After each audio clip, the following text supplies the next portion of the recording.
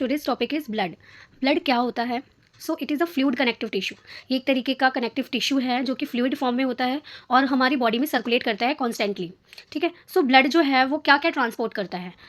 Oxygen, nutrients, hormone, heat, antibodies and clotting factors. उसके अलावा waste products and hormones भी। अब आता है ब्लड। ब्लड के दो कंपोनेंट्स होते हैं। फर्स्ट इज़ द प्लाज्मा जो कि 55% होता है, और नेक्स्ट है ब्लड का आरबीसी, डब्ल्यूबीसी, ये सारे सेल्स जो कि 45% प्रेजेंट होते हैं। सो अब बेसिकली हम बात करेंगे कि ब्लड में एक्चुअली वॉल्यूम कितना होता है, क्या पीएच होता है, ये सब। So up to 7% of body weight. For example अगर 70 किलो का कोई पर्सन है तो उसका 7% बॉडी का जो वेट होगा वो ब्लड का होगा। टोटल ब्लड वैल्यू जो होती है अडल्ट में वो होती है 80 ml पर केजी। ठीक है, हर एक बॉडी के वेट के अनुसार, जो कि मेल में होता है, और 70 ml पर केजी इन फीमेल्स होता है। ठीक है, सो फर्स्टली हम बात करेंगे, हमने दो कंपोनेंट्स के बारे में बात करी थी ब्लड के। First is the plasma. So plasma जो होता है 90% इसके अंदर वाटर होता है, और अदर्स में जो अदर्स 10% बचते हैं उसमें इलेक्ट्रोलाइट्स, न्यूट्रिएंट्स, वेस्ट प्रोडक्ट और हार्मोन्स और गैसेज होती हैं। ठीक है, सो हमने बात करी अब ब्लड के कंपोनेंट्स जैसे एरिथ्रोसाइट्स। अब हम ब्लड के कंपोनेंट्स के बारे में बात करेंगे कि जो बाकी सारा सेलुलर प्रोडक्ट होते हैं उनको कौन कौन से सेल्स होते हैं उसमें। सबसे पहला आरबीसी, रेड ब्लड सेल्स होते हैं जिसे हम एरिथ्रोसाइट्स कहते हैं। ल्यूकोसाइट्स यानी कि डब्ल्यूबीसी, थ्रोम्बोसाइट्स यानी कि प्लेटलेट्स, और एंड में plasma. So this is the components of the bloods. Firstly we will talk about the erythrocyte यानी कि red blood cell. So red blood cell basically क्या होते हैं? More abundant type of blood cell होते हैं, जो कि 99% ऑफ ब्लड सेल्स यही होते हैं हमारे बॉडी में। नेक्स्ट आता है दे आर बाइकनकेव डिस्क, यानी कि कुछ इस तरीके के दिखते हैं, ऐसे बाइकनकेव डिस्क जैसा होता है, जैसे सीढ़ी होती है ना, उस तरीके के दिखते हैं। ठीक है, इसके अंदर न्यूक्लियस नहीं होता है। हर सेल में हमने पढ़ा होगा, सेल जब हम स्ट्रक्चर पढ़ते हैं तो उसमें न्यूक्लियस होता है, बट इन वाले सेल्स में न्यूक्लियस नहीं होता है, और इनका डायमीटर कितना होता है? 7 माइक्रोमीटर। उसके अलावा फंक्शन क्या है इसका? गैस को ट्रांसपोर्ट करना, और क्या बोलते हैं, मेन फंक्शन है ऑक्सीजन और कार्बन डाइऑक्साइड को ट्रांसपोर्ट करना। देन आता है इसका लाइफ स्पैन कितना होता है, मतलब ये कब तक जीवित रहते हैं, कब तक ये चलते हैं। So firstly because they have no nucleus, इनके पास न्यूक्लियस नहीं होता, इसीलिए एरिथ्रोसाइट्स जो हैं वो डिवाइड नहीं कर पाते अपने आप को। तो इनका लाइफ स्पैन जो होता है 120 डेज का होता है, और हमारी बॉडी में approx 3 trillion RBC human body में प्रेजेंट होते हैं।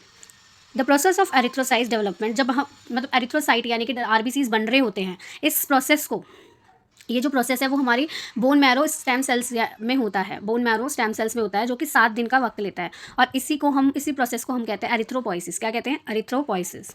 जो इमेच्योर सेल्स होते हैं वो रिलीज होते हैं ब्लड स्ट्रीम में और रेटिकुलोसाइट्स बन जाते हैं, और जब ये मेच्योर हो जाते हैं तो इन्हें एरिथ्रोसाइट्स कहा जाता है। विटामिन B12 और फॉलिक एसिड बहुत ज़रूरी होते हैं आरबीसी के बनने में। ठीक है, और जो कि विटामिन B12 और आयरन, फॉलिक एसिड्स कहाँ पर एब्जॉर्व होते हैं? स्मॉल इंटेस्टाइन में। सो एक बार हम फिर से देखते हैं, ये है आरबीसी का एक तरीके का डायग्राम। ओके, नेक्स्ट हम पढ़ेंगे हीमोग्लोबिन। हमने बहुत बार पढ़ा होगा कि आपका HB कम है, आपका HB ज़्यादा है। तो एक्चुअल में HB होता क्या है? HB का मतलब होता है हीमोग्लोबिन। हीमोग्लोबिन मीन्स ये एक लार्ज कॉम्प्लेक्स मॉलिक्यूल होते हैं, एक तरीके का प्रोटीन लगा लो, जो कि हमारे ब्लड में प्रेजेंट होता है, जिसके अंदर आयरन होता है, जिसको हम कहते हैं हेम। और हर एक 4 ग्लोबिन, ग्लोबिन मीन्स एक प्रोटीन, ठीक है, हर 4 मॉलिक्यूल्स को मिलाकर, 4 हेम को मिलाकर जो यूनिट बनती है उसको हम कहते हैं, एक यूनिट बनाते हैं, ये मिलकर एक यूनिट बनाते हैं, 4 ग्लोबिन और 4 हिम मिलकर एक यूनिट बनाते हैं। ठीक है, आयरन के साथ मिलकर। ठीक है, सो एवरेज ब्लड सेल्स जो है वो कैरी करते हैं 280 million of haemoglobins. Iron is carried in the blood stream, bound it is transport the protein.